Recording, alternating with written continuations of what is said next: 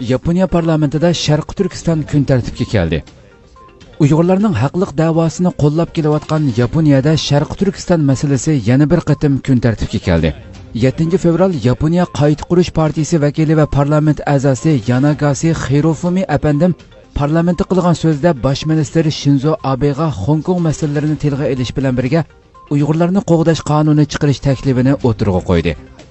アメリカではこれ香港人権民主法が成立、ウイグル人権法案が下院で可決となりました。U so'zda Xitoyning Sharqi Turkistonda elib berayotgan ig'ir bostirish siyosatining kunsiri kuchayotganligini tilga oldi. Egallashimizcha, muxolifatchi partiya tarafidan o'tirg'a qo'yilgan Uyg'urlarni qo'g'dash qonuni chiqarish taklifi Yaponiya doiralariga Uyg'urlardan ko'plab kelayotgan arz shikoyatlar sabab bo'lgan ekan. Yaponiya hukumati bu taklifga qanday javob qaytaradi? Oldimizdagi kunlarda bu xabarning tafsilotini diqqatingizga sunamiz.